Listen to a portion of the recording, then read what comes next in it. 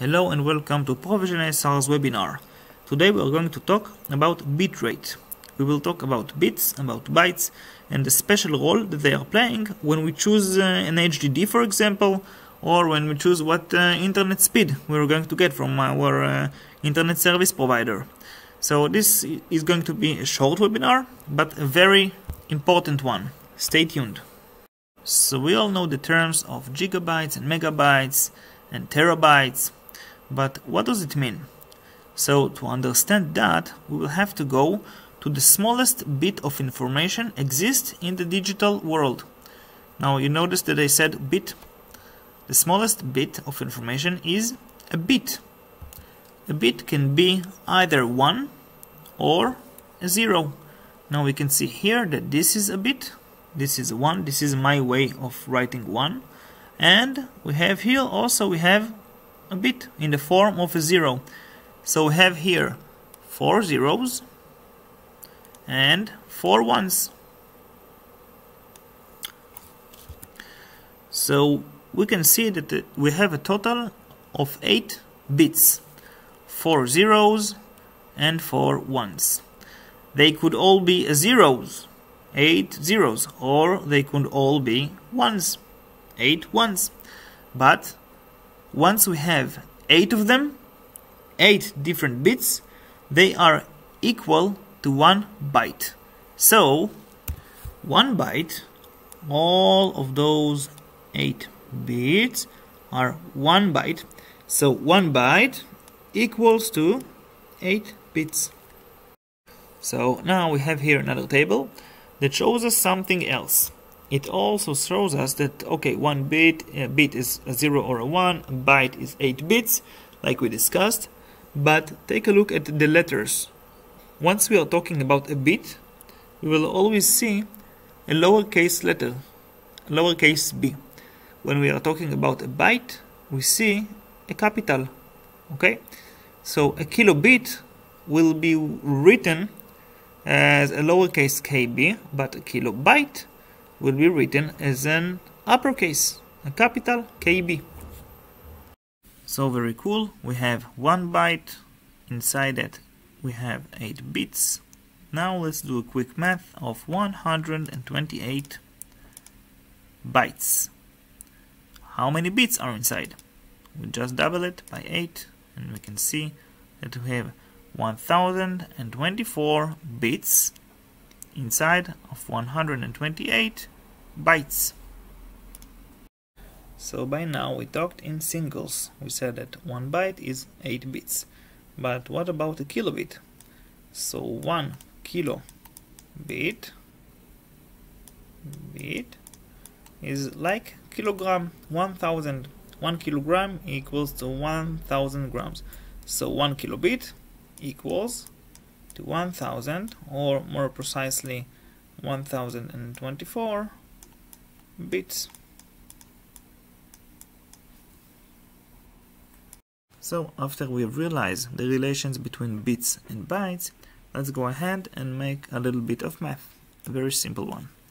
So let's say that we have a camera, and this camera records at 1024 kilobits per second. Now we wanna know how many bits this same camera is going to record in a minute. So we are going to double 1024 kilobits per second. It's 60. So let's see what we get here. 1024 times 60, we get 61,440 kilobits per minute. This time, kilobit per minute. In 1 minute, we have 61,440 bits. We can do that for an hour. So let's take this 61,440 kilobits per minute, double them in an extra 60, because we have 60 minutes in 1 hour. Now let's see how many bits we have in 1 hour. we have 3,686,400. So 3,686,400 kilobits per hour. Now, whenever we want to make a transformation between bit to byte, you remember we do a divide by 8. So if you want to take the 1024 kilobits, let's say kilobits per second, and make them kilobytes, then we will divide them by 8, and then we will get 128 kilobytes, this time in capitals, per second. So we have 1024 kilobits inside 128 kilobytes. So now we know that this camera that takes 1024 kilobits per second will record for 1 hour at 3,686,400 kilobits per hour in 1 hour. But this number is very big, and I want to transform these bits into first of all, let's turn it into bytes. So 3,686,400 divided by 8, we will get 460,800. So we took this large number that represents the camera's recording in 1 hour in kilobits, and we divided them by 8 to get the upper level. So we got 460,800 kilobytes, this time in capital, per hour. So this camera will record 460,800 kilobytes per hour. Now, whenever we want to go from kilobit to megabit, or from kilobyte to megabyte, we will use the exactly same method. We are going to divide the kilobits by 1024 in order to get into the megabits.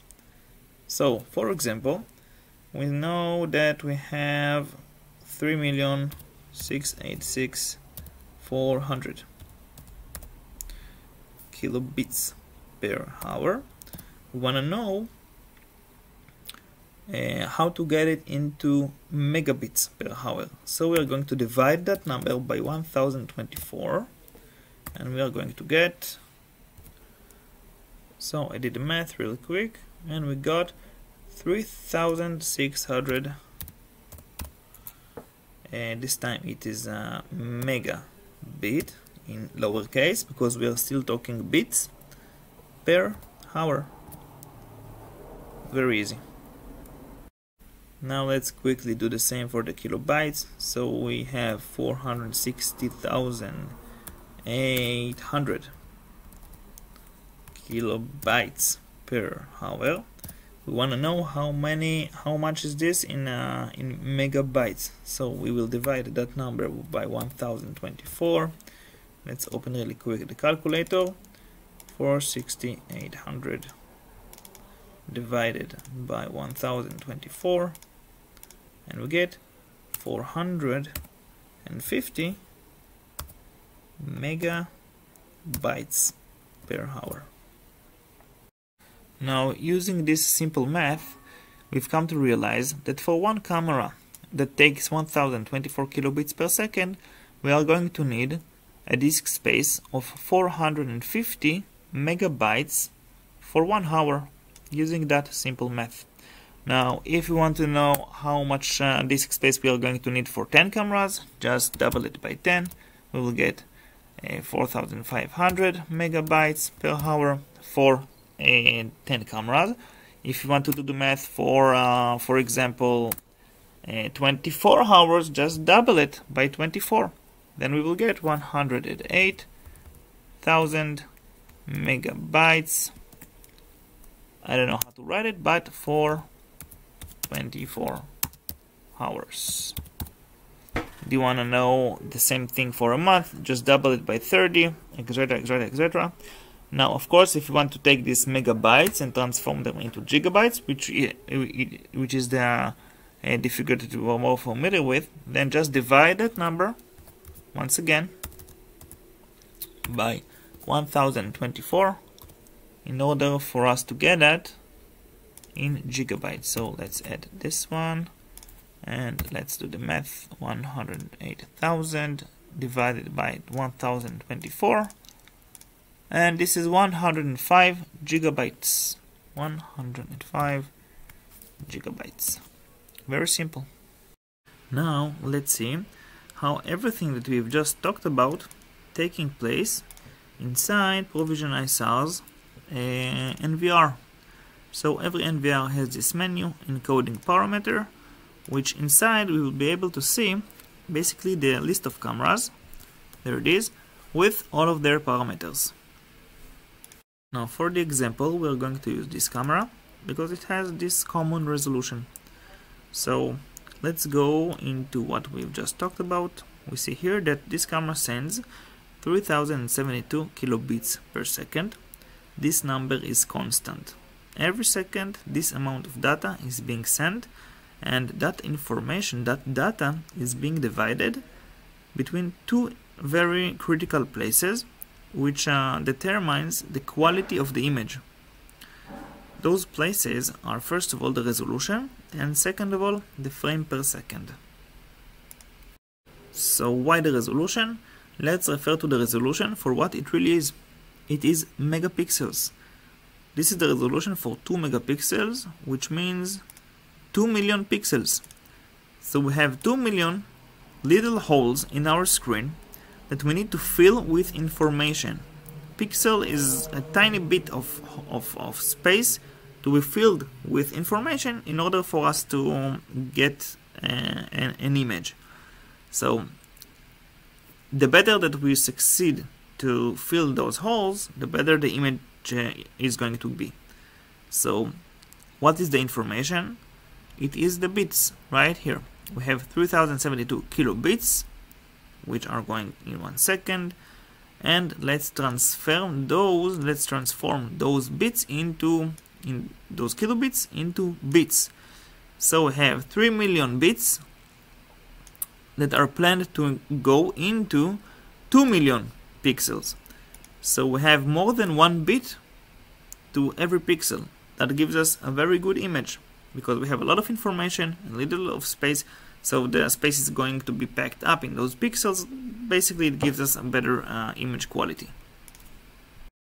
Now of course that if you will use a bigger resolution such as this, we will get, wait for it, 2592 times 1520, we'll get 4 million pixels. Now if we have 3 million bits of information going into 4 million pixels, then the image is supposed to be not better but worsened. So nowadays we have this encoding method, which is H265. It is a 50% better encoding method, which allows us to still use the same amount of bitrate in order to fill those 4 million pixels. So it is still better. Now the second thing, the second place that those bits are going to is the frame per second. We have 25 frames for 1 second. So you probably know where I'm getting it now. So if we will have 3072 kilobits per second divided by 25, we will immediately know that every frame, okay, every single frame that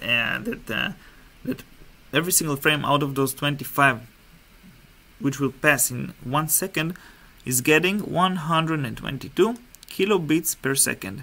Of course that if we lower the frame rate, for example if we will only use 15, then we will be getting 3072 divided by 15.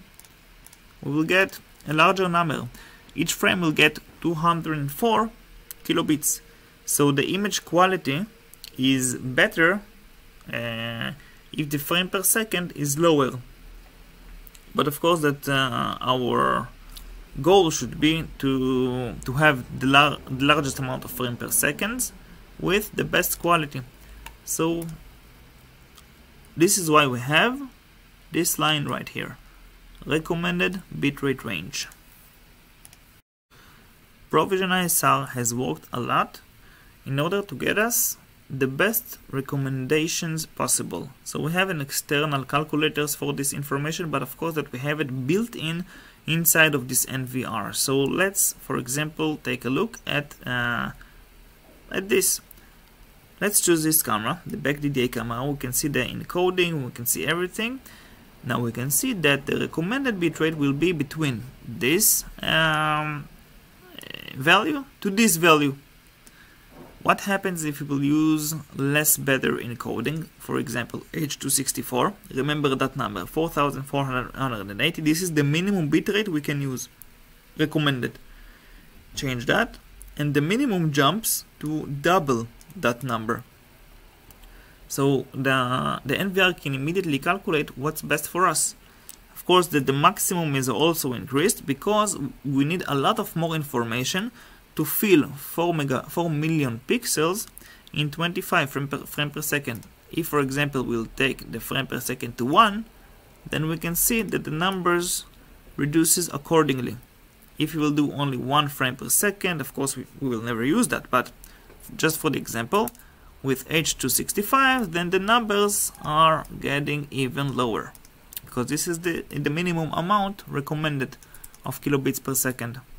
So let's get back up into 25, H265.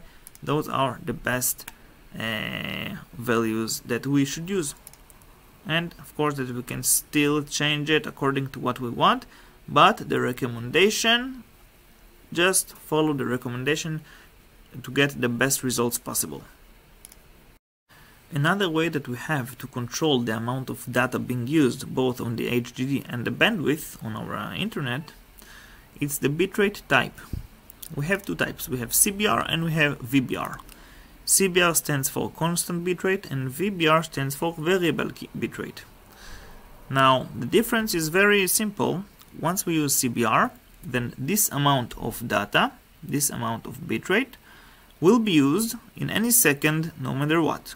Even if it's a black screen, if it is the middle of the living room at night and nothing is happening, 3072 every second, no matter what. But if you will use the VBR, then whenever there aren't many changes on the scene, then the bitrate will be lowered than 3072. It will go down to 1000, or as much as needed. Whenever a movement is occurring on our camera, then the bitrate will jump back up to the maximum of 3072 kilobits per second. Everything in order for us to get the best image possible, using as less as possible resources. Therefore, the combination of using this encoding method with the VBR gives us a very efficient results.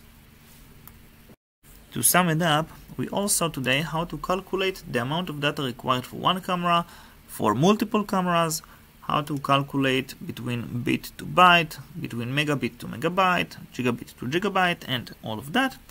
And the most important part is that we also saw how provisional SAR's NVR can recommend us automatically according to the values that we have chosen what will be the best bitrate possible. And we explained about frame per second, resolution, bitrate type, which is very important, and the bitrate itself. I was David. That was a Provisional SAR's webinar about bitrate. Hope to see you again on the next ones. Have a great day.